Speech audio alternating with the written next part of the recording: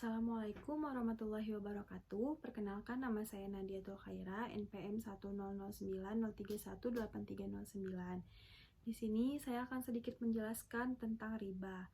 Riba menurut istilah ahli fikih adalah penambahan pada salah satu dari dua ganti yang sejenis tanpa ada ganti dari tambahan ini. Tidak semua tambahan termasuk dalam riba karena kadang tambahan itu berasal dari suatu perdagangan. Tambahan yang dimaksud sebagai riba adalah tambahan yang diambil sebagai ganti dari tempo. Lalu ada hukum riba. Di dalam agama Samawi, riba diharamkan karena banyak kemudaratannya. Riba hanya menguntungkan satu pihak, yaitu pihak yang meminjamkan uang, dan akan merugikan pihak lainnya, yaitu pihak yang meminjam uang, karena mereka harus membayar lebih atas keterlambatannya. Selanjutnya ada jenis-jenis riba. Menurut para ahli fikih, riba bisa diklasifikasikan menjadi 4, yaitu yang pertama ada riba fadl, yaitu tukar-menukar dua barang yang sama jenisnya dengan kualitas yang berbeda yang disyaratkan oleh orang yang menukarkan. Contohnya, tukar-menukar emas dengan emas, perak dengan perak, beras dengan beras, dan sebagainya. Yang kedua, ada riba yad, yaitu berpisah dari tempat sebelum ditimbang dan diterima. Maksudnya, orang yang membeli suatu barang, kemudian sebelum ia menerima barang tersebut dari si penjual, pembeli menjualnya kepada orang lain. Jual beli seperti itu tidak diperbolehkan, sebab jual beli masih dalam ikatan dengan pihak pertama. Yang ketiga ada riba nasi'ah, yaitu riba yang dikenakan kepada orang yang berhutang disebabkan memperhitungkan waktu yang ditangguhkan.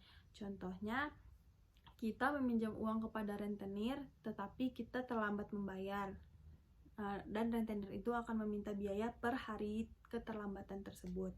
Yang keempat ada riba qard, yaitu meminjamkan sesuatu dengan syarat dan ada keuntungan atau tambahan bagi orang yang meminjam barang tersebut.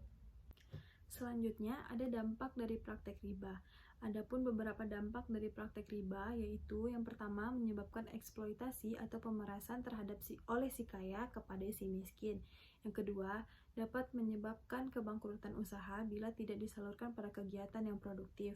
Yang ketiga, menyebabkan kesenjangan ekonomi. Yang keempat, bahaya untuk masyarakat dan agama. Yang kelima, para ahli ekonomi berpendapat bahwa penyebab utama krisis ekonomi adalah bunga yang dibayar sebagai pinjaman modal atau bisa disebut dengan riba.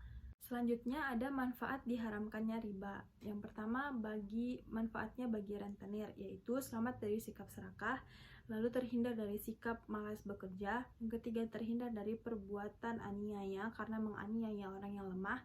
Yang keempat, selamat dari ancaman Allah. Manfaat bagi peminjam, yang pertama selamat dari pemerasan yang dilakukan oleh rentenir, yang kedua selamat dari ancaman Allah Subhanahu wa Ta'ala, yang ketiga bisa memenuhi kebutuhan hidup dengan tenang. Selanjutnya ada sikap menghindari riba. Yang pertama, berilmu dulu sebelum membeli.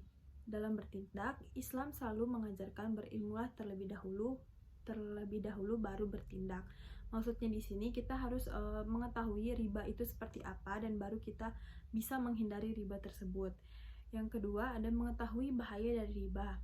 Setelah mengetahui definisi dan berbagai macam bentuk riba, kita harus mengetahui bahaya dari riba itu sendiri terhadap diri kita maupun orang lain. Yang ketiga, tidak bermudah-mudahan dalam berhutang. Maksudnya di sini kita tidak akan lalai terhadap hutang yang kita miliki ataupun orang yang berhutang terhadap kita, karena itu akan menyebabkan terjadinya riba. Yang keempat, milikilah sifat qanaah, yaitu tidak merasa cukup alias tidak memiliki sifat qanaah. Itulah yang membuat orang ingin hidup mewah-mewahan. Yang kelima, sabar dan tawakal. Sikap sabar dalam menerima rezeki yang diberikan Allah dalam kehidupan kita sangat diperlukan untuk dapat menghindari riba, karena jika kita sabar, kita akan selalu bersyukur atas apa yang kita dapatkan. Yang kelima adalah perbanyaklah doa, yaitu agar kita selalu terhindar dari kegiatan yang diharamkan ini. Sekian penjelasan dari saya, lebih dan kurangnya saya minta maaf. Assalamualaikum warahmatullahi wabarakatuh.